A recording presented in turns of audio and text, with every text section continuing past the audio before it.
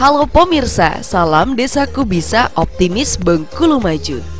Pemirsa, sebanyak 1.514 desa di Provinsi Bengkulu saat ini tengah berlomba untuk membangun desa dan dengan semangat desa membangun.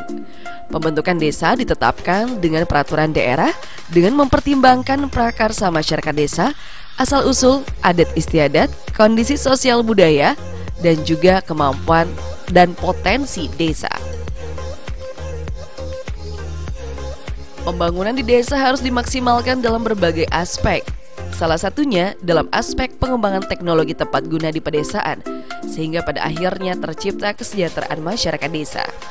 Mendorong pemerintahan desa untuk menemukan potensi unggulan yang ada di wilayahnya, potensi desa tersebut harus dimanfaatkan dan dikelola dengan baik menjadi usaha masyarakat. Sementara dalam upaya membangun desa, Dinas Pemberdayaan Masyarakat dan Desa Provinsi Bengkulu akan konsisten untuk melakukan pendampingan desa. Dinas Pemberdayaan Masyarakat Desa Provinsi Bengkulu mengusung visi mewujudkan desa maju, mandiri, sejahtera berbasis keunggulan lokal, dan misi meningkatkan kapasitas penyelenggara pemerintahan desa dalam memberikan pelayanan prima kepada masyarakat desa. Mewujudkan percepatan pembangunan desa dalam rangka peretasan desa tertinggal, meningkatkan kualitas pemberdayaan masyarakat dan pembinaan kemasyarakatan desa, mewujudkan sinergitas pembangunan kawasan perdesaan, daerah tertinggal, dan daerah tertentu. Terdapat beberapa bidang di PMD Provinsi Bengkulu, yaitu bidang pemberdayaan dan kemasyarakatan desa, bidang Bina Pemdes, bidang fasilitas pembangunan desa, bidang fasilitasi pembangunan kawasan.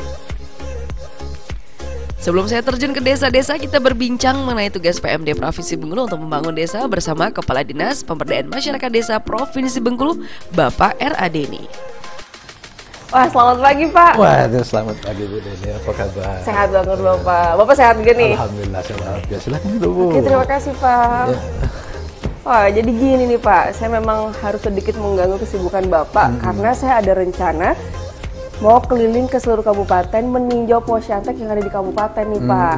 Tapi sebelumnya saya harus sedikit memberikan informasi ke masyarakat tentang seperti apa sih Dinas PMD kita, Dinas Pemberdayaan Masyarakat Desa ini memiliki tugas yang paling penting karena kita tahu masyarakat desa sudah terdepan. Nah, apa nih kira-kira tugas dan tupoksinya PMD? Iya, jadi memang betul PMD ini garda terdepan kita. Garda terdepan? Iya, karena kita kan melayan masyarakat. Provinsi Bengkulu ini kan ada 1.341 desa yang di bawah pembinaan Dinas Pemberdayaan Masyarakat Desa Provinsi Bengkulu. Oleh sebab itu pekerjaan ini pekerjaan berat sebenarnya. Tapi dalam pelaksanaan kami kan dibantu oleh bidang-bidang yang menangani masalah pemberdayaan masyarakat, pembangunan pedesaan, pemerintahan desa itu sendiri, dan bidang kawasan. Inilah yang membantu kepala dinas dalam melaksanakan penyelenggaraan pemerintahan desa ini tadi.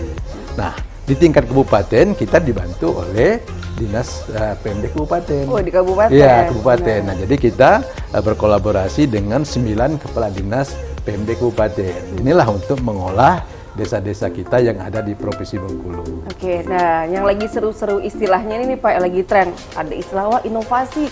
Ayo dong semua orang berinovasi. Desa juga berinovasi. Kemudian juga ada istilah yang TTG. Ayo kita memanfaatkan teknologi tepat guna. Nah, saya pikir keduanya ini kayaknya beda-beda tipis nih Pak. Antara berinovasi atau memanfaatkan teknologi tepat guna. Apa ini penjabarannya Pak? Jadi memang TTG ini kan sebenarnya ini kan pekerjaan lama sebenarnya. Di mana berdasarkan Permendagri nomor 20 tahun 2010 itu, ini kan mencanangkan bahwa desa-desa kan kita harus maju. Desa harus maju. Harus maju. Jadi majunya bagaimana? Bisa maju apabila dia menguasai teknologi. Nah, oleh sebab itulah kita membuat adanya TTG itu tadi. Oleh sebab itulah TTG ini diikuti oleh seluruh desa sesuai dengan kebutuhan masyarakat itu sendiri. Dia bisa menjawab kebutuhan apa yang menjadi permasalahan di desa. Oke, berarti ada observasi dulu di lapangan ya Pak ya? Sebenarnya tidak harus seperti itu, tapi desa sendiri sudah tahu sebenarnya dia punya potensi apa yang ada di desa, sehingga dia bisa membuat inovasinya apa seperti itu. Nah, jadi kita mengharapkan inilah menjadi tonggak di mana desa ini bisa lebih maju, bisa menguasai teknologi dengan memanfaatkan sumber alam yang ada di sana. Nah, apa beda dengan inovasi tadi? Benar. Nah, kalau inovasi kan tinggal meningkatkan saja. Ya, meningkatkan saja ibaratnya meningkatkan fiturnya. Nah, gitu. kan seperti itu sehingga bermanfaat oleh masyarakat. Apa yang ada di desa menjadi inovasi desa. Misalnya ada persoalan di bidang kewalahan, misal sekarang kita melihat mencari kayu bakar. Benar. Nah, kan itu. Nah, sekarang apa yang bisa dimanfaatkan? Sedangkan di desa itu kan banyak, apalagi di perkebunan kita di daerah pegunungan khususnya, ada di Lebong, Rejang Lebong, Kepayang, kan banyak kopi. Kan seperti itu. Nah, di situ kan banyaknya mesin-mesin pengolah kopi seperti itu. Nah, ini kan bisa dimanfaatkan. Tidak lagi menggunakan kayu bakar, tapi menggunakan dedak kopi sebagai bahan bakar seperti itu. Ini kan untuk meringankan. Apalagi situasi kondisi sekarang, pemerintah kita kan sudah menaikkan lagi LPG dan sebagainya. Ini kan pasti memberatkan masyarakat. Oleh sebab itu kita membuat dengan teknologi TTG ini bisa meringankan beban masyarakat, bisa meningkatkan ekonomi masyarakat kembali seperti itu. Nah, ini yang kita harapkan dari TTG dan inovasi desa itu sendiri. Kalau seandainya kita mengkerucut nih Bapak ke kabupaten, ternyata ada lagi nih istilah yang perlu masyarakat ketahui seperti Posyantek. Oh, saya pikir adanya Posyandu aja, ternyata ada Posyantek nih Pak. Pos pelayanan teknologi ini seberapa penting? Wajib nggak sih sebenarnya sebuah desa memiliki Posyantek? Sebagaimana kita ketahui, ini adik-beradiknya adalah Posyandu, seperti itu kan itu.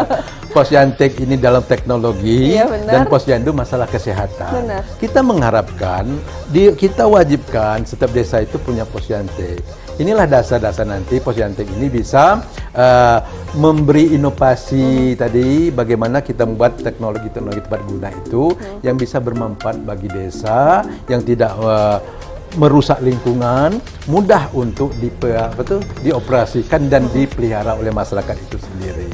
Oke, jadi ada pos pelayanan teknologi, bahkan ini juga ada yang katanya mandiri, ada milik desa ataupun juga kecamatan. Nah, jadi akan lebih menarik lagi ketika nih ya masyarakat desa juga ataupun juga pedesaan ini bisa mengolah di Posyantek, ibaratnya bengkelnya ya Pak, atau workshopnya ya? Itu, workshopnya ada di tingkat desa.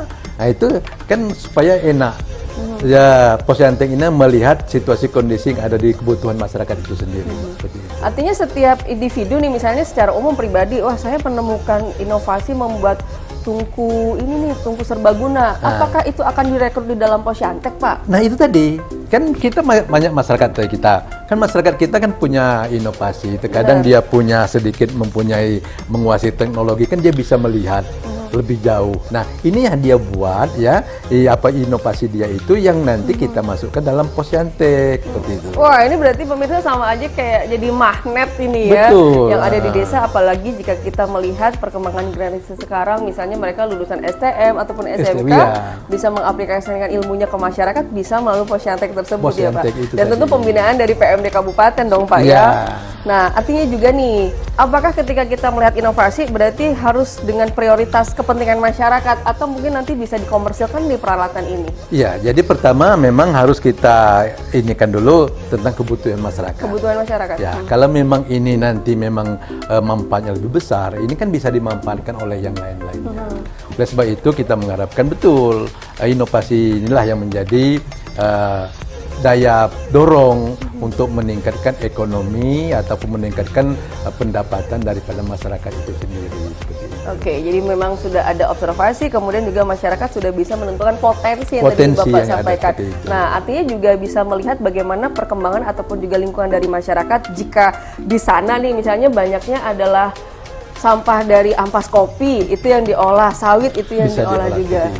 Nah Pak, kalau seandainya nih ya Pak, ada sebuah ide nih dari desa tersebut atau dari Pemkab tersebut, dan Pemkab tersebut melihat mana nih kawasan yang cocok, apakah dalam tanda kutip mereka akan menekan desa tersebut, oh yuk kita ngolah produk ini saja di sini, atau harus menunggu dari inovasi desa? Jadi betul, sebabnya kita kabupaten atau provinsi ini kan sifatnya kan memberi edukasi. Edukasi. Ya, kepada masyarakat tentang teknologi ini. Nah, kita tinggal lagi bagaimana masyarakat menyambut itu. Nah, kalau memang ini nanti produk mereka, inovasi mereka ini memang bermanfaat kepada orang lain dan tidak merusak lingkungan dan sebagainya. Nah, ini peran pemerintah lagi ada di situ. Nah, ini juga kita mengharapkan bahwa sekarang kan dicanangkan bahwa BUMDes ini kan harus maju nih, harus berkembang sebagai soko guru ininya di desa. Nah, kita mengharapkan BUMDes ini juga bisa merangkul daripada posyantek sebagainya. Ini produk-produk masyarakat ini bisa dikumpulkan ataupun dimanfaatkan, dibuat oleh BUMDes ini untuk dikembangkan lagi seperti itu. Makanya paling penting itu ada komunikasi, informasi, edukasi yang disampaikan juga dari pemerintah kabupaten ataupun juga provinsi ya, sinerginya seperti itu. Nah, ini juga yang paling menarik. Kita tahu nih selalu digaungkan nih ada lomba teknologi tepat guna. Yang paling penting nih Pak dalam penilaian ini teknologinya atau pemanfaatannya Pak. Nah, kalau teknologinya berarti wah ini yang terbaru nih, tren terbaru. Tapi kalau misalnya manfaatnya kurang, maksudnya kemana dong nih Pak? Jadi kita manfaatnya yang penting dulu. Manfaat. Memang kita melihat teknologi kan berkembang terus. Tapi yang mana lebih cocok dengan masyarakat setempat. Walaupun teknologi kita tinggi, ternyata di masyarakat tidak bisa dimanfaatkan. Pertama bahan bakunya seperti itu.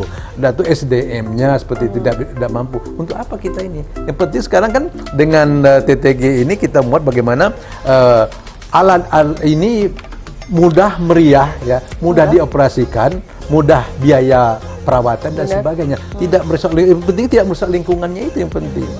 Jadi manfaatnya yang kita penting, walaupun dia canggih betul ya, tapi tidak cocok mungkin tempatnya di desa. Oke, berarti belum bisa masuk ke digitalisasi atau misalnya seperti apa? Belum bisa kita bawa seperti itu.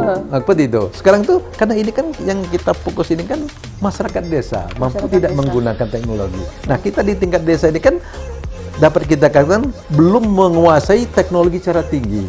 Nah, jadi dengan teknologi yang tepat guna inilah yang bisa kita lakukan sehingga manfaatnya itu terasa di masyarakat dan masyarakat mudah untuk memanfaatkannya itu. Oke Pak, ini juga menarik ya ketika kita berbicara tentang bagaimana etos di masyarakat desa. Mungkin mereka lebih banyak fokus, mungkin ada yang berkebun, bertani, ketimbang harus memikirkan atau melakukan penemuan sesuatu. Seperti apa Bapak melakukan persuasif ke masyarakat desa kita melalui ke PMD Kabupaten? Merubah mindset, ayo generasi yang mungkin memiliki ilmu, terapkan di posyantek kita. Ya, jadi kan inilah peran ya, artinya peran tugas PMD Provinsi, PMD Kabupaten, para camat dan sebagainya. Apalagi kita kan ada disokong dengan pendamping desa. Nah, inilah kita mengharapkan desa-desa ini harus terbuka sekarang. Ya, terbuka dalam arti kata, dia harus bisa mengikut sertakan komponen-komponen ini tadi. Untuk menentukan apa yang mereka lakukan di tingkat desa, kan ada musyawarah desa. Nah, inilah yang kita buat, kita edukasi masyarakat untuk melakukan perbuatan-perbuatan yang positif seperti itu. Nah, kita pahami bersama, dengan zaman teknologi terbuka sekarang, dan masyarakat kita walaupun di desa kan sudah banyak mengenyam daripada minimal dia menguasai teknologi, ada mempunyai HP Android. Wah, benar. Nah, kan itu kan. Nah, dengan ini kan bisa belajar dia. Nah, ini kan bisa dikembangkan di tingkat desa. Nah, kita menyarankan bahwa desa ini harus support juga.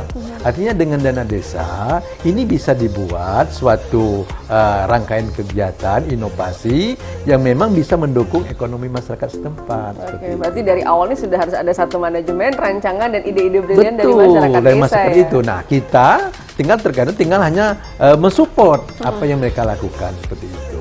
Oke Bapak, terima kasih nih Pak informasinya. Yang pasti nanti ini juga pemirsa saya sudah mendapatkan restu untuk bisa keliling kabupaten dan meninjau langsung seperti apa posyantek di kabupaten dan bagaimana manfaatnya di masyarakat kita. Mbak, terima kasih banyak. Terima kasih banyak. Dengan semangat Desa Unggul Indonesia Maju, Dinas Pemberdayaan Desa Kabupaten Mukomukom melaksanakan kewajiban pendampingan seluruh desa yang ada. Pemberdayaan sebagai proses pengembangan, kemandirian, menswadayakan, dan juga memberikan segala penekanan di bidang dan sektor kehidupan.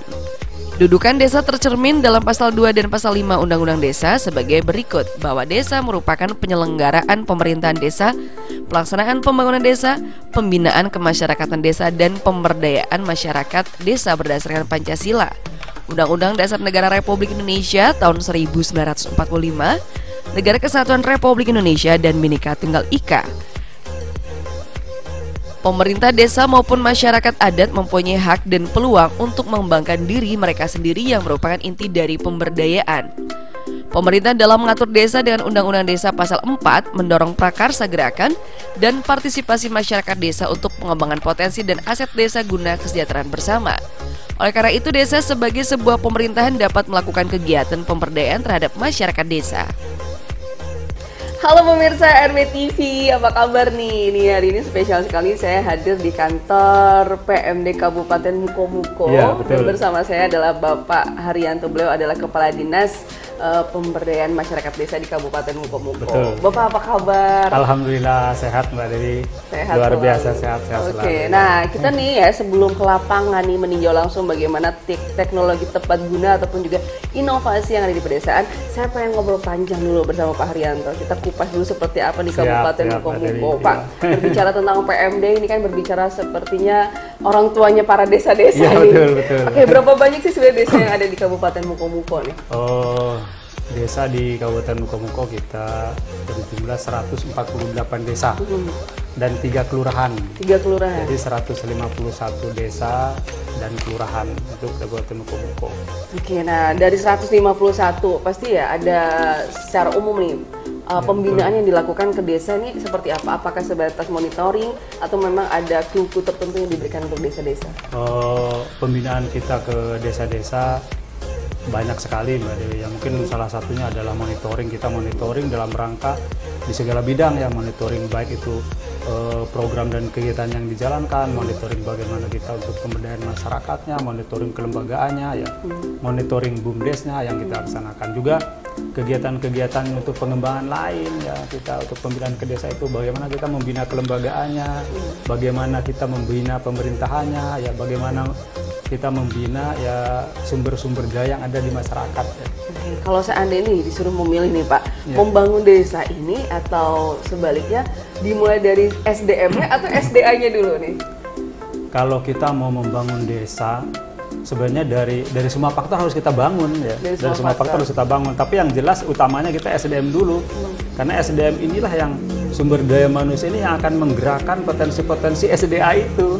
Kalau sumber daya potensinya ada, potensi alamnya ada, ya potensi lain-lainnya ada semuanya. Tapi kalau sumber daya manusianya nggak bisa menggerakkan, nggak bagus. Artinya memang kita penting dari sumber daya manusianya dulu untuk menggerakkan bagaimana menjadikan sumber daya alam yang ada di desa itu bisa menimbulkan perkembangan dan untuk meningkatkan kesejahteraan masyarakat. Oke, jadi sebelum ini saya pernah berbincang juga nih bersama Kepala Dinas PMD Provinsi bahwa betul.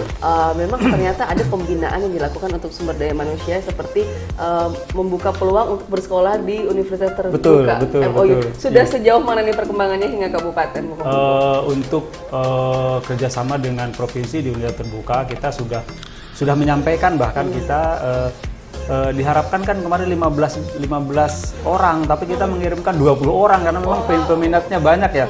Kita menyampaikan dengan provinsi 20 orang perangkat desa untuk sekolah di Universitas Terbuka S1. Bahkan ada kawan-kawan di perangkat desa ini yang minta S2-nya, maka untuk S2-nya belum ini. Mungkin PMD provinsi mungkin usulan untuk S2-nya juga untuk disekolahkan kawan-kawan perangkat, karena memang ada yang S1 untuk S2. Karena yang program sekarang kan S1-nya ya. Dan ini sudah kita sampaikan dengan provinsi bahkan, dan antusias perangkat desa untuk mengembangkan potensi mereka, pendidikannya sangat banyak, sangat luar biasa sekali. Oke, ini jadi akan lebih memperkuat bagaimana sistem pemerintahan desa apabila memang pemimpinnya juga dari segi pendidikan ternyata diperhatikan juga oleh pemerintah gitu. Jadi tidak melulu di desanya sendiri yang berjuang, tapi memang saling membackup. Iya, betul. Nah, Pak, kalau kita mulai menyinggung soal teknologi tepat guna yang ada di desa ya, posyantek itu menjadi istilah yang paling populer. Betul. Wajib atau tidak posyantek di desa ini? Kalau kita melihat posyantek ini, kalau wajib dan tidaknya kita harapkan wajib Mbak Dewi ya.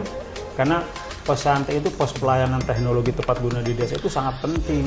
Bagaimana kita mengembangkan potensi-potensi kreatif inovasi yang ada di desa, baik dalam bidang kerajinan, ya keterampilan ataupun inovasi-inovasi lain berupa alat-alat yang memang dibuat oleh masyarakat yang bisa dimunculkan atau bisa digunakan oleh masyarakat dalam rangka meningkatkan ekonomi masyarakat. Nah, kalau saat ini kita berbicara tentang pos pelayanan teknologi nih Pak, Iya.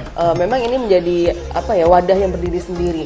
Seandainya juga nih ada desa, ada pemerintahan kita dari Iya, betul. PMD, apakah kita harus melakukan observasi di lapangan dulu?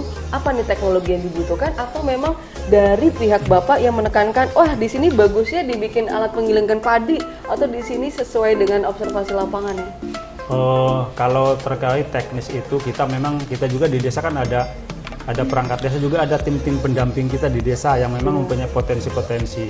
Itu digali dulu potensi-potensi yang ada di desa itu seperti apa yang bisa dikembangkan di desa itu, apa di bidang perkebunan, apa di bidang pertanian, apa di bidang perikanan, apa di bidang-bidang lain kerajinan yang dan semua desa kayaknya berbeda-beda potensinya. Sehingga kalau sudah kita melihat potensi itu, baru kita musyawarahkan, sebaliknya ini kita tetap, kalau untuk masyarakat di desa kita asas musyawarah mufakat itu yang paling penting. Kalau kita intervensi tapi salah di masyarakatnya nggak tepat, malah justru itu yang tidak jalan nantinya. Tetap musyawarah mufakat untuk memutuskan suatu hal yang ada di desa. Artinya memang observasi yang paling penting ya, seperti Iya, apa betul, kebutuhan masyarakat. betul. Nah, ini salah satu contohnya juga misalnya di Desa Penarik ya Bapak. Betul, nah, betul, ketika ya. di salah satu desa tidak bermaksud untuk menganaktirikan desa lain, tapi apakah ada desa-desa khusus yang menjadi prioritas nih Bapak? Kalau untuk desa-desa khusus kita tidak ada. Kita harapkan semua desa itu tetap berlomba-lomba untuk mengembangkan inovasi teknologi tepat guna yang ada di desa. Hanya memang ada desa-desa tertentu yang memang menonjol di bidang itu, mungkin sesuai dengan skill ya, skillnya, potensi dan sumber daya manusia yang ada di desa itu. Memang kalau sudah ada potensi-potensi itu yang unggul, artinya akan kita bina lebih lanjut, bina terus ya, sehingga betul-betul akan muncul. Kita tidak mengharapkan hanya muncul di kabupaten, tapi kita muncul di provinsi, bahkan kita muncul di pusat ya, sehingga mengharumkan nama daerah kita. Oke, nah ketika kita juga tahu nih adanya inovasi pemanfaatan teknologi desa, nah anggaran artinya memang kembali murni ke dana desa di Posyantek, atau ada backup dari PMD nih? Kalau terkait anggaran, berarti memang kita relatif anggaran itu sebenarnya anggaran dana desa itu juga adalah anggaran APBD ya, karena kita ADD-nya kan dari dana DAU Pemda gitu loh. Artinya anggaran yang ada di desa ya pergunakan sebaik-baiknya oleh perangkat desa dalam rangka untuk menunjang kebutuhan yang ada di desa. Tapi untuk misalnya ada kreatif masyarakat yang memang itu menggunakan swadaya masyarakat sendiri, saya pikir tidak salah juga, karena kita berusaha bagaimana kita memberdayakan masyarakat sehingga betul-betul masyarakat dia merasa memiliki dan biasa mengembangkan itu.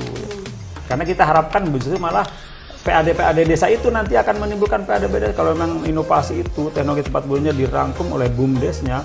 BUMDesnya bisa menghasilkan pendapatan desa, dan pendapatan desa akan kembali lagi pada pembangunan masyarakat tentu. Karena siklus dari BUMDes sendiri itu kan dari desa untuk masyarakat, kembali lagi ke masyarakat desa juga. Apalagi nih ya Pak, jika memang BUMDes juga bersinergi dengan Posyantek, misalnya dari salah satu contoh pembuatan CPO, ternyata peralatan dari teman-teman Posyantek. Jadi siklusnya tidak akan keluar dari masyarakatnya sendiri ya Pak. Nah, apabila nih Pak ada beberapa program-program, apakah ada nih program-program dari pemerintah pusat, provinsi atau di atas yang harus ditekan ke masyarakat kita di bawah gitu? Atau memang inovasi dari kita saja gitu? Kalau untuk inovasi, kita di pusat itu kita ada sinkronisasi kegiatan pusat, provinsi, kabupaten. Benar. Nah, sinkronisasi itulah ya dalam rangka juga untuk menunjang kesejahteraan masyarakat, dan nanti akan timbulkan kegiatan di desa ya. Artinya memang sinkronisasi itu sangat penting, karena kita dalam menyusun anggaran itu kita harus ada sinkronisasi ya, baik dari RPJMP pusat ya, RPJMP provinsi ya, RPJMD kabupaten maupun RPJMDes di desa. Jadi sinkronisasi itu sangat penting, sehingga program-program kegiatan yang ada di pusat sinergi dengan yang ada di provinsi, kabupaten maupun di desa. Sehingga karena tujuannya sama tentunya, dari pusat sampai ke desa tujuannya sama untuk mensejahterakan masyarakat. Oke, karena kita cukup tahu nih, apalagi kalau pemerintah provinsi juga ada beberapa program yang di desa yang dalam tanda kutip, ayo kita saling berlomba seperti desa wisata, desa digital. Nah, keduanya iya betul. Atau warkop nih yang terbaru ada warkop digital. Nah, ketika itu hadir ketiganya, misalnya nih dengan penggunaan Posyantek, misalnya salah satu mesin untuk membuat sindera mata, lalu akan dialihkan ke desa wisata. Seperti apa nih Bapak melihat perkembangannya ada di Kabupaten Mukomuko? Kalau melihat perkembangannya ada di Mukomuko, potensi-potensi sangat banyak Mbak Dewi. Potensi-potensi baik itu untuk menjadi desa wisata, desa digital, maupun desa-desa anti korupsi, integritas ya. Juga ada desa cerdas ya, banyak ada desa inklusif, ada desa wisata. Jadi memang kita banyak potensi-potensi itu. Memang dalam rangka pelaksanaan kita memang ada beberapa hal terkendala. Terkendalanya memang kita dengan SDM. Makanya tadi ada untuk sekolah di UT tadi ya kita mengembangkan SDM-nya juga. Mungkin kekompakan pemerintahan di desa, bagaimana mereka itu bersinergi dengan pemerintah desa, dengan masyarakat, dengan BPD yang ada, memang betul-betul untuk menunjang pembangunan yang ada di desa. Kalau untuk potensi kita sangat banyak ya di Kabupaten Mukomuko, karena memang masyarakat juga heterogen ya dari berbagai, dan kita untuk masyarakat Mukomuko siap untuk maju gitu. Bagaimana kita berusaha untuk maju dalam rangka mensejahterakan masyarakat. Ya, ini juga menarik ya Pak, saya agak garis bawahi tentang masyarakat kita yang memang heterogen berbeda-beda. Misalnya juga kita melihat di desa A ternyata banyak masyarakat yang berkebun. Di desa B misalnya ternyata lebih banyak kepegawaian negeri. Nah, seperti apa nih Bapak memulai atau menekankan etos masyarakat bahwa pemerintahan desa ini harus bisa membangun. Desa membangun desa seperti itu. Betul ya, untuk makanya kita untuk desa, membangun desa ya, kita berusaha menyatukan elemen-elemen yang ada di masyarakat ya. Karena kita melihat ya, misalnya di suatu daerah kita di sekitar bendungan misalnya kan, artinya kan masyarakat di daerah persawahan ya. Oh iya benar. Iya, bagaimana kita memanfaatkan bendungan itu, membuat persawahan juga inovasi-inovasi tentu mungkin menjadi desa wisata persawahan gitu loh. Dan juga ada mungkin jadi bergabung dengan perikanan, bagaimana persawahan itu membuat ini. Juga ada suatu daerah misalnya di daerah yang mungkin di Penarik ya, Penarik yang kita kan banyak juga dari sana itu dari Jawa Tengah ya, dari Jepara dan lain, banyak kerajinan-kerajinan ya. Juga ada mekanik sehingga bisa menciptakan inovasi-inovasi yang berupa kerajinan ataupun mekanik. Juga di daerah lain ada juga yang perkebunan, karena kita mayoritas perkebunan. Ya bagaimana mereka menciptakan areal perkebunan itu yang memang mungkin mulai dari bibit, pemanfaatan sampai dengan hasilnya bisa menghasilkan, pokoknya semua itu berkolaborasi lah. Desa wisata seperti itu. Iya, desa wisata juga seperti itu, berkolaborasi sehingga betul-betul menimbulkan hal yang lebih lah dari desa-desa yang lain. Oke, jadi kita ketahui tadi bahwa pemirsa bahwa di Kabupaten Mukomuko terdapat 151 desa dan kelurahan. Dan juga 3 kelurahan ya Pak? Ya, jadi 148 desa dan 3 kelurahan. Oh, 3 kelurahan, 148 desa dan 3 kelurahan. Nah, saya pikir PMD mungkin tidak bisa berdiri sendiri nih apabila kita berbicara pertanian, perkebunan, seperti apa nih sinerginya bersama dinas-dinas lain Pak? Kita karena memang itu adalah program daripada visi misi kepala daerah tentunya. Pak Bupati dengan Ibu Bupati punya visi misi ya dalam rangka untuk mengembangkan Kabupaten Mukomuko di segala sektor, di segala bidang. Artinya kita PMD yang mengenai desa, karena desa juga sasaran dari semua OPD. Desa ini juga bisa mengembangkan berbagai potensi yang ada di desa. Kita bekerja sama dengan lintas OPD ya, dengan misalnya dengan Kominfo, bagaimana kita menciptakan desa-desa digital yang ada di Mukomuko. Dengan Kominfo kita sekarang berdasarkan dengan Kominfo menciptakan desa-desa digital, bagaimana kita menciptakan Siskudes yang online ya. Lalu kita juga bekerjasama dengan Dinas Pariwisata dan Olahraga, bagaimana kita mengembangkan pariwisatanya. Karena yang SK-kan desa wisata juga adalah Dinas Pariwisata ya. Kita sudah punya 51 desa wisata. Untuk tahun ini kita tambahkan 2 ya. Itu nanti Dispora yang akan meng-SK-kan dan akan membina mereka untuk wisatanya. Juga dengan Dinas Kesehatan. Bagaimana kita menciptakan desa siaga, desa sehat. Membina kader-kader posyandunya ya. Jadi juga dengan dinas-dinas lain tentunya, Dinas Ketahanan Pangan tentang bagaimana kita menganggarkan 20% ketahanan pangan. Benar, ya. gitu. Dengan Dinas Sosial bagaimana kita melaksanakan BLTDD-nya ya. Jadi dengan semua dinas terkait kita bekerja sama dalam rangka membangun membangun desa. Ya, jadi memang ini seperti menjadi rantai dan juga sistem Betul, ya Bapak. betul, iya. Nah Pak, terakhir nih apa yang bisa Bapak sampaikan nih ke masyarakat kita, mungkin secara umum atau juga secara khusus nih untuk Iya. desa-desa yang ada di Kabupaten Mokomuko, karena meskipun ini ya, meskipun bentuknya adalah pemerintahan desa, Iya. tapi saya pikir memiliki potensi-potensi yang maju luar biasa bahkan untuk peningkatan PAD. Seperti apa motivasi? Kita untuk seluruh mungkin masyarakat ya desa yang ada di Kabupaten Mokomuko, Joniga 3 kelurahan, kita bagaimana kita ingin memajukan desa kita dengan segala kekuatan kita yang kita punya kekuatan ya, kekuatan masyarakat, kekuatan budaya kita ya, kekuatan potensi-potensi alam kita. Artinya itu bagaimana kita bersama-sama untuk mengembangkan itu sehingga kita kolaborasi bersama untuk membangun desa di segala bidang. Tentunya bukan hanya di satu bidang, tapi potensi-potensi yang ada di bidang tertentu itulah yang kita prioritaskan, sehingga ada prioritas-prioritas bidang yang harus kita unggulkan. Tapi tetap semua bidang, semua program harus kita jalankan sesuai dengan regulasi yang ada. Kita tidak bisa menyampingkan program yang lain. Kita semua bidang yang ada di desa harus kita laksanakan semuanya. Makanya kawan-kawan perangkat di desa ya kita siapkan apa namanya semangat kita ya, kemauan kita untuk melaksanakan program-program dan kegiatan apapun itu yang merupakan program pemerintah ya. Kita harus bersinergi dengan kecamatan, bersinergi dengan kabupaten, provinsi maupun pusat, sehingga betul-betul tujuan utama kita untuk mensejahterakan masyarakat, menumbuhkan perekonomian di masyarakat, mengurangi kemiskinan, mengurangi pengangguran, itu akan terwujud. Oke, terima kasih Pak Haryanto bincang-bincang kita. Nah, tentunya menjadi harapan kita dengan hadirnya inovasi ataupun juga perkembangan teknologi tepat guna yang ada di desa, tentu kembali lagi membawa kesejahteraan yang ada di masyarakat. Amin, desa. amin. Terima kasih Pak. Oke, sama-sama Mbak Dewi ya. Gini Bapak, saya ingin melaporkan kegiatan kita lomba di provinsi kemarin, di PMD provinsi. Kebetulan kemarin kita diadakan di Hotel Nala Bengkulu, Pantai Panjang, dan alhamdulillah dengan berkat doa kita bersama dan usaha kita bersama dengan menampilkan CPU mini, alhamdulillah kita mendapat juara 2 dengan membawa desa utusan kita yaitu Desa Penari. Oh gitu Bu Neti ya. Jadi yang hasil kita kemarin di Bengkulu lomba TTG kita kan CPU mini ya. Ya, betul. Kira-kira dari kabupaten apa aja ini kemarin yang ikut lomba TTG di kabupaten lain? Alat berupa alat apa aja gitu? Kebetulan kemarin yang diadakan di Provinsi Bengkulu itu ada 2 kegiatan, TTG Inovasi dan TTG Inovasi Unggulan Pak.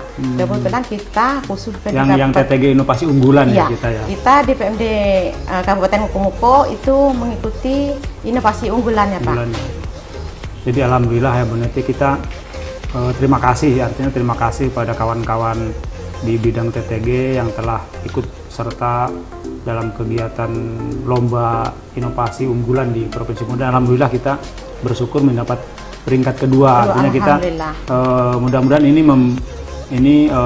menginspirasi lah, memberikan motivasi kawan-kawan desa lain untuk ikut, karena ini setiap tahun oleh PMD provinsi dilaksanakan kegiatan ini ya.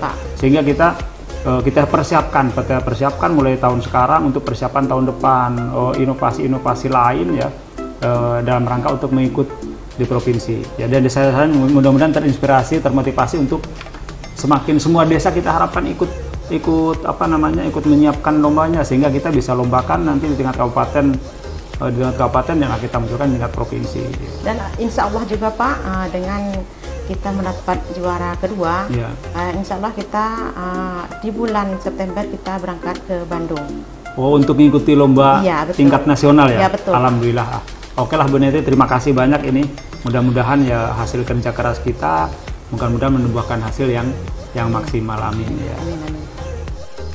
Menuju kantor Desa Penari, dan saya pun berbincang dengan sang kepala desa mengenai potensi desa yang ada. Oke pemirsa, nih sekarang saya berada di ruangan spesial, di ruangan Kepala Desa Penari, Bapak Supardi. Bapak, assalamualaikum, apa kabar? Waalaikumsalam Bu Dewi.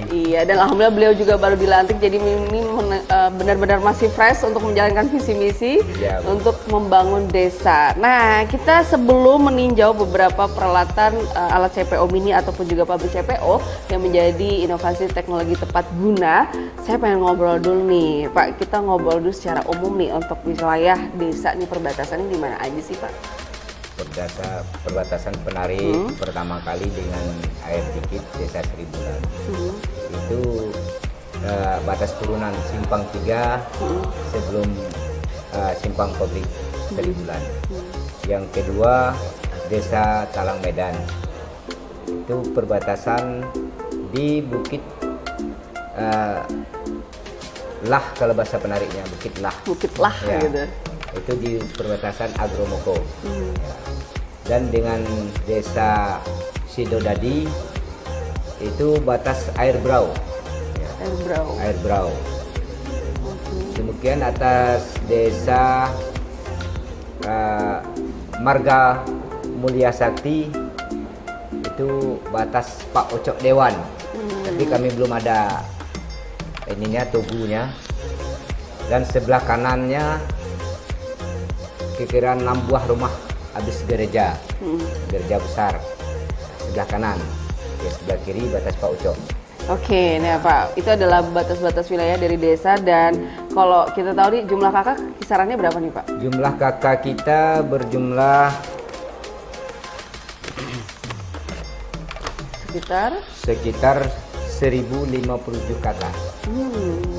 Oke, banyak sekali ternyata. Nah, kalau misalnya dengan perkembangan jumlah kakak yang cukup besar, kemudian juga luas wilayahnya juga cukup ini ya Pak, luas ya? Cukup luas. Di angka kurang lebih 10 hektar lebih ya Pak ya? 10 hektar lebih. Oke, nah potensi wilayah ini, potensi desa yang kemungkinan ke depan akan Bapak kembangkan ini di bidang apa saja nih? Apakah pertanian, perkebunan, seni budaya, seperti apa? Insya Allah di pertanian, Bu. Lebih kepada pertanian kepada ya. Kebun sawit ya Pak? Sawit. Wah, berarti penghasil CPO-nya juga besar ya di sini? Oh, besar kali Bu kalau penariknya Bu. Ya. Oke, atau jangan-jangan menjadi prioritas ini? Ya. Nah, berbicara soal desa nih, ada kegiatan-kegiatan rutin dong Pak di pedesaan, misalnya olahraga, kesehatan, pendidikan? Ada Bu, di bidang kesehatan, posyandu rutin tiap bulan. Ada posyandu 2 posyandu Bu di Penari ini. Ada 2 posyandu. Ada. Oke, kemudian kalau olahraga perlombaan khusus? Di bola kaki rutin, di futsal, di bola voli, putri, laki-laki. Siap Bu ya. Jadi ada potensi-potensinya. Nah pemirsa, yang kita ketahui juga bahwa ternyata memang ada program yang dari pusat perihal ketahanan pangan nih. Setiap desa pasti punya nih, karena di dalam tanda kutip dianggarkan 20% untuk ketahanan pangan. Apa nih proyeknya di sini Pak? Ya, kemarin Bu ada 20% tahanan pangan untuk budidayakan ikan lele. Ikan lele, ikan nila, ikan mas.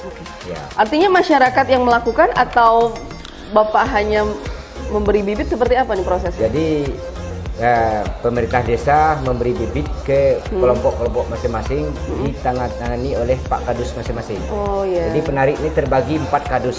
4 kadus. Ya. Artinya sudah melakukan sosialisasi. Ya udah.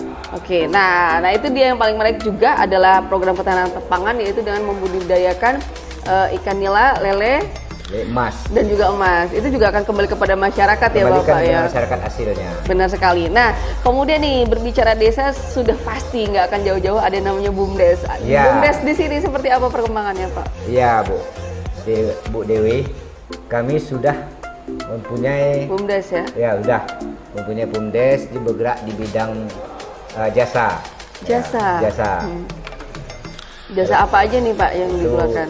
Ada yang ini alat pertanian, alat pertukangan. Oh, alat pertukangan. Seperti mesin-mesin gitu ya? Mesin molen mungkin. Molen, mesin penyedot air kami siapkan.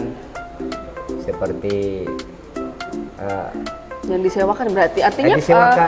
Masyarakat yang berprofesi sebagai tukang itu bisa menyewa alat tersebut di BUMDes. Bisa menyewa. Oke, artinya dengan anggaran dimiliki dari si pekerja tersebut uangnya akan dikelola lagi pada dikelola BUMDes ya? BUMDes lagi ya. Oke, Modal. benar sekali. Dan ini cukup menarik nih. Yang pasti ada kita harapannya ketika BUMDes ini berjalan, kemudian juga sirkulasi uangnya juga tetap berjalan dan kembali kepada masyarakat juga.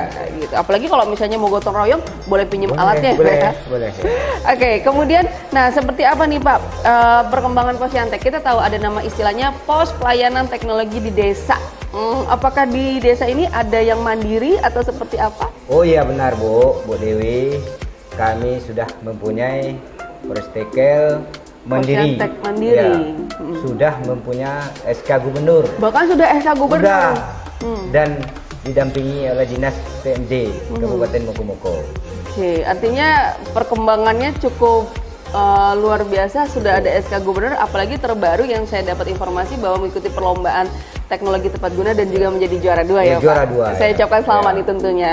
Nah, pemirsa, artinya bahwa pengembangan teknologi tepat guna yang ada di pedesaan ini sangat penting ketika kita juga melakukan observasi apa nih yang paling perlu dibutuhkan oleh masyarakat. Perkembangan teknologi tepat guna ini tentunya membantu kesejahteraan ya Bapak. Kemudian juga apabila kita berbicara peralatan, sudah pasti tidak memiliki polusi udara, tidak mengganggu lingkungan, justru akan menambah ekonomi masyarakat. Benar. Karena nanti yang akan saya tinjau nih ya, saya izin juga sama Bapak, kita akan melihat alat CPO ya Pak ya.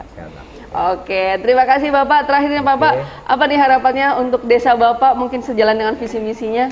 Oh, pertama kali ialah saya selaku kades yang baru, ya mohon kepada masyarakat, pertama kali masyarakat khususnya Desa Penari, Kecamatan Penari, Kabupaten Mokomoko, mudah-mudahan masa saya ini 6 tahun ke depan lebih baik lagi, lebih maju lagi Desa Penari ini. Benar. Apalagi Desa Penari ini desa sangat majemuk. Ada berapa ini Bu? Ya ada yang suku Jawa, suku Menang, ya suku Batak, suku Cina dan yang asli Bu. Ya bermacam-macam ada di Desa Penari ini Bu. Itulah asal nama Desa Penari ini Bu. Menarik semua suku yang ada di Penari. Ya.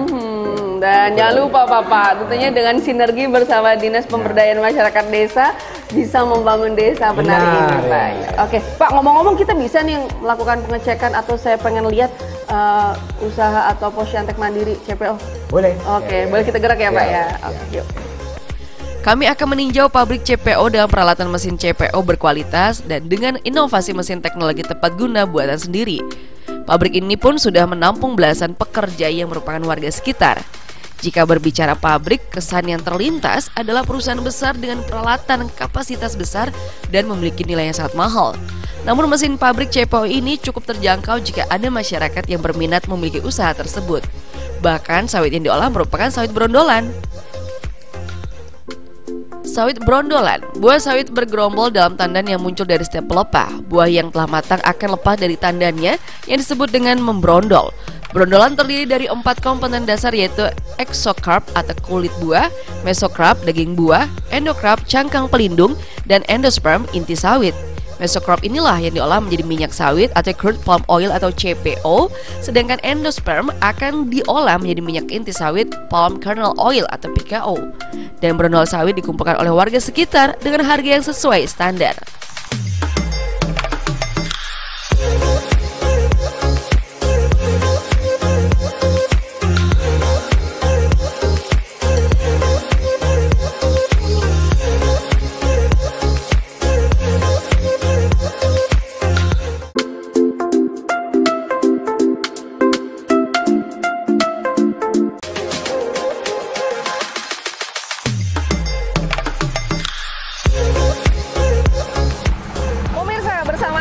Kepala Bidang SDA, Sumber Daya Alam dan juga Teknologi Tepat Guna TTG, Ibu Neti Mizaniati. Ibu apa kabar? Alhamdulillah sehat. Nah, yang pastinya Ibu Neti ini juga selalu dekat dengan masyarakat desa, selalu keliling desa ya Bu ya. Nah, melihat dari jabatan Ibu sebagai Kepala Bidang SDA dan TTG, apa nih sebenarnya tupoksi dari SDA dan TTG sendiri Bu? Tupoksi saya sebagai kabid di SDA itu Sumber Daya Alam dan TTG Teknologi Tepat Guna. Di sini sasaran kita tuh ya khususnya ke desa-desa, di mana di desa-desa itu ada namanya KMD dan KPMD. Kalau di KMD itu kita khusus mempermasalahkan di perangkat desanya. Kalau di PMD-nya kemasyarakatan-nya. Khusus kita menangani dari kepala desanya sampai ke perangkat desa. Oke, secara struktural dan juga tugas-tugasnya ya Bu ya. Nah, kalau berkaitan dengan teknologi tepat guna nih yang lagi selalu hit ya setiap tahun, bahkan ada perlombaannya. Apa yang dilakukan pada Dinas Ibu, terutama pada bidang Ibu, melakukan observasi di desa-desa atau seperti apa? Ya, betul. Kita kemarin kebetulan ada usulan ke Kemendesnya, kita jatuh ke Pak Refli. Pak Refli ini khususnya di bidang teknologi tepat guna, khususnya di CPOM ini. Di sini Pak Refli selain dia memproduk hasil, beliau juga menjual alat. Membuat alat, Ya, menjual. dan menjual. Di sini beliau banyak menarik tenaga kerja walaupun skupnya masih kecil. Nah, itu cukup membantu, apalagi di masa sekarang ya, lagi sulit-sulitnya dengan harga sawit yang begitu anjlok. Dengan usaha Pak Refli ini sedikit membantu masyarakat pedesaan. Berarti memang di Desa Kenari, Kecamatan Kenari. Dampak manfaat dari inovasi teknologi tepat guna ini sudah terlihat di desa ini ya Bu ya. Sudah. Nah, menurut Ibu secara umum seberapa penting ya inovasi TTG di setiap desa? Karena sudah pasti ada posyantek baik mandiri atau milik desa. Ya, kita sangat mendukung sekali usaha yang seperti ini. Kenapa? Di zaman-zaman yang sulit sekarang ini sangat penting sekali kita menyikapi usaha-usaha khususnya kawan-kawan yang di desa. Siapa lagi kalau bukan kita yang mengorbitkan beliau. Dengan cara seperti ini kita bisa istilahnya menarik ataupun biar mereka terkenal gitu kan dengan usaha kita ini. Oke, artinya ketika mereka juga sudah memiliki nama dengan produk yang baik, ditambah lagi dengan harapannya ada inovasi teknologi tepat guna berdampak seperti bahan yang tidak ekonomis menjadi ekonomis. Kemudian ada peluang pekerjaan nih Bu ya. Seperti apa nih Ibu lihat bagaimana peluang pekerjaan dengan hadirnya teknologi tepat guna nih? Seperti ibu-ibu ya. Ya, di belakang. Ibu-ibu seperti yang di belakang. Selain beliau ada ibu rumah tangga, itu kan sedikit bisa membantu ini suami. Gitu. Benar. Pendapatan suami, walaupun sedikit, itu cukup sekali untuk membantu ekonomi keluarga. Oke, terakhir nih Bu, apa nih yang bisa menjadi motivasi atau semangat untuk desa-desa di Kabupaten Mukomuko agar membangun desa? Karena kita sudah tahu istilahnya adalah desa membangun. Apa nih motivasinya? Motivasinya ya kita kasih ini pelatihan-pelatihan seperti perhatian kita terhadap mereka, usaha mereka, kita selalu mendukung sepenuhnya apapun usaha dari desa. Oke, terima kasih Bu Nesti. Nah pemirsa, tentunya menjadi harapan dengan hadirnya teknologi tepat guna ataupun juga inovasi teknologi tepat guna dan teknologi tepat guna unggulan, itu bagaimana caranya hal yang tidak ekonomis menjadi ekonomis, kemudian membuka peluang pekerjaan apabila teknologi ini berkaitan dengan kepentingan masyarakat banyak. Dan observasi yang dilakukan itu juga yang paling penting, tentunya supaya nantinya Dinas Pemberdayaan Masyarakat Desa mampu ya Bu ya, membangun ataupun juga membina desa yang ada di seluruh Provinsi Bengkulu.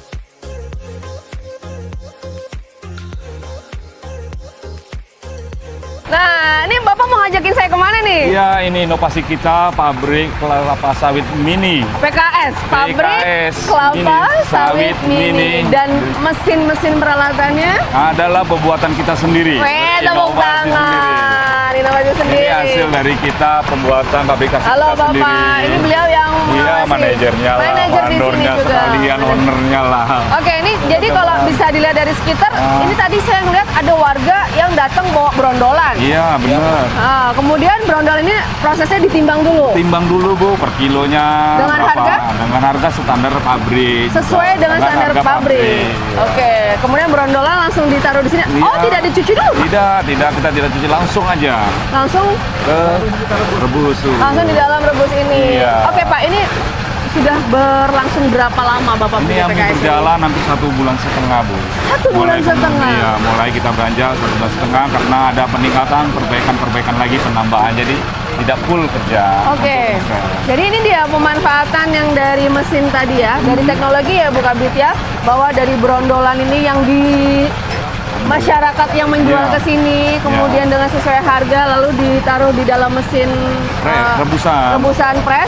Ternyata oilnya ada, kemudian ada noten, namanya bijinya, itu tetap ada nominal lah. ada nominal tuh artinya ada nilai ekonomisnya lagi-lagi.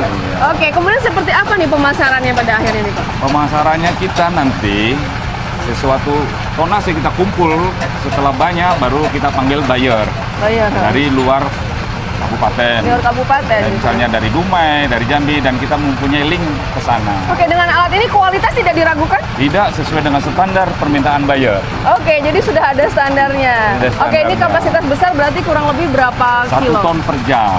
1 ton per jam. Dalam memproses gondola. Oke, dan saya pikir ini tidak bisa bekerja sendiri ya Bapak, karena saya lihat sepertinya nih membuka peluang pekerjaan ya Ibu. Seperti apa nih Bapak? Saya anggap sebagai seorang leader di sini. Ya. Ternyata bisa membuka peluang pekerjaan ke masyarakat, Pak. Betul, jadi pengutip gondolan itu ada sekitar 10 sampai 20 orang. Dari pemanen, suaminya memanen di kebun orang, atau mendodos, brondolannya bisa kita ambil. Biasanya orang yang pemilik kebun bisa itu. Brondol ada pemilik pemanen. Dan ada lagi brondol yang tidak dikutip. Apalagi sekarang ini brondolan tidak ada harga. Jadi berjatuh-jatuh itu udah diambil dimanfaatkan. Dijual kemari, minimal sudah mendapatkan suatu penghasilan sama masyarakat. Oke, Bapak sudah mempekerjakan berapa orang nih di Di sini sini? ada 10 orang pekerja. 10 dalam Iya. 1 bulan loh. Gimana Ibu Kabit melihat perkembangan 10 orang. masyarakat desa nih ya Bang Anton, bahwa ternyata dengan temuan teknologi tepat guna yang sudah di trial berkali-kali bahkan mengikuti perlombaan juara 2, ternyata memang kenyataannya mampu membuka. Luar biasa usahanya Bapak Refdi ini. Oke, jadi akan terus dibina ya Bapak ya, atau seperti apa pendampingan dari Bang Anton sebagai fasilitator? Insya Allah dalam pendampingan kami selalu memberikan motivasi, peningkatan SDM-nya, pembinaan kapasitas pekerjanya, supaya masyarakat di desa itu tidak ada yang nganggur. Oke, benar. Oke Pak Rif, berat tidak awalnya untuk memiliki usaha ini? Karena kan mungkin Bapak sebelumnya bekerja di perusahaan, Iya. lalu tiba-tiba harus mandiri. Iya, Kemudian betul. Bapak mengajak banyak orang untuk, ayo mindsetnya kita bekerja gitu. Iya. Jadi kita memakan apa sudah keluaran dari PKS, jadi kita mempunyai inovasi tadi dengan keadaan, masalah berat, masalah dana, nominal, semuanya peralatan yang serba ada. Mudah-mudahan nanti ke depan orang PMD bisa saya ngasihkan ajuan, ada. penambahan alat, Oke. gitu. Jadi dibantu ya pemerintah bisa membantu ke masyarakat, karena di situ nanti terbunyi ada PAD-nya, ada namanya penghasilan daerah, di situ nanti artinya ke sana. Jadi bukan suatu untuk pribadi, melainkan untuk daerah, daerah desa dan kabupaten. Oke, catatannya bukan untuk pribadi tapi juga untuk masyarakat desa. Tepuk tangan Pak. Iya. Boleh saya intip lihat di situ ya Pak ya? Ini brondol yang dari masyarakat. Iya, brondolan dari Langsung ditumpahkan di sini. Iya, betul. Oke, jadi semua dalam bentuk jenis wujudnya semuanya Kita ditampung. tampung, mau yang kering gini ya Oh, yang kita mau kering, yang basah. Mau yang bagus, segar, kita tampung juga. Oke, kemudian pertama masuk di alat. Masuk itu kita rebus namanya. Oh, pemasak direbus. Brondolan. Oke, kita bergeser ya. Iya. Ini kita rebus di sini. Nah, Ini alat yang ini Bapak namanya buat. Rebusan ya kita buat ini, itu kita buat juga, ini kita buat. Ini rebusan. Gondolan yang dari sini kita masuk memakai setem panas dengan suhu hampir 150 derajat. Suhu 150 derajat. Jadi ini panas, suhu panas. Berapa lama nih Pak? Sekitar 35 menit sampai 40 menit. 30 sampai 40, kemudian Ya, baru baru setelah kita rebus sudah masak, baru kita ini hasilnya. Nah, langsung ke press. Nah, ini hasilnya yang sudah direbus. Nah, ini. Oke pemirsa, jadi setelah di mesin perebusan, kemudian ini ini hasilnya. hasil yang jauh lebih kering berarti ya? Dia lebih masuk. Ini lebih masak. Panas nggak Pak? Nah, ya panas lah, panas. Nah, baunya aja gurih gitu. Nah, ini setelah udah direbus, udah masak, udah siap, masak. udah mulai di press. Nah, ini olehnya udah keluar. Ini minyak. Oh ya, minyaknya udah keluar. Nah, ini minyak. Nah, inilah baru Kemudian dialihkan ke sini, kita press. kita press ke dalam. Iya, masuk ke dalam. Lalu hasilnya? Nah, ini sampah keluar di sini. Oke. Iya. Ini sudah masuk ke ampas. Ini sampah limbahnya Ira. Jadi ini kita gunakan. Ini di sini ada nominal uang. Ini nominal. Jadi ini dijual dengan utuh gini kita mendapatkan uang. Begitu kita pecah lagi cangkangnya jadi briket. Briket dan banyak penampung dan banyak peminatnya. Dan di dalamnya ada namanya inti. Ada inti lagi. Nanti itu laku lagi, lebih mahal lagi. Dengan kering. Oke, jadi memang ini anggaplah sampahnya, tapi ternyata sampahnya bermanfaat. Kemudian dari mesin yang sudah dimasukkan ke sini akan ada minyak yang sudah inilah intinya. CPO-nya. Inilah CPO. Dari sini inilah hasil CPO kita saring. Mulai dari bahan yang baru saring, baru kita panasi, itu seperti itu. Oke, mengetahui kualitas CPO baik atau tidak seperti apa, Pak? Kita ada tataran lab. Patokan lab, laboratorium. Insya Allah dalam waktu dekat kita mempunyai laboratorium sendiri, Bu. Wow, benar ini Bang Antam, memiliki laboratorium sendiri. Sementara ini kita bekerjasama lah dengan pihak tertentu, kita mendapatkan hasil efeknya, kadar airnya, kadar kotoran. Oke, nah pemirsa, ini juga ternyata dari hasil ampas ini dari pihak di sini juga mempekerjakan ibu-ibu sekitar untuk menyaring ya, memfilter dari sabut dan juga menjadi intinya ada di sebelah sana tuh. Ini CPO, tahap pertama untuk memisahkan CPO sama kotoran. Memisahkan CPO bersama kotoran. Jadi ada filter saringan di situ. Juga. Nah, ini ada campuran air, belum betul jadi menjadikan CPE yang mau dikutip. Setelah nanti sampai sini penuh, ini ada batas spiral namanya. Nah, ini ada pengutipnya.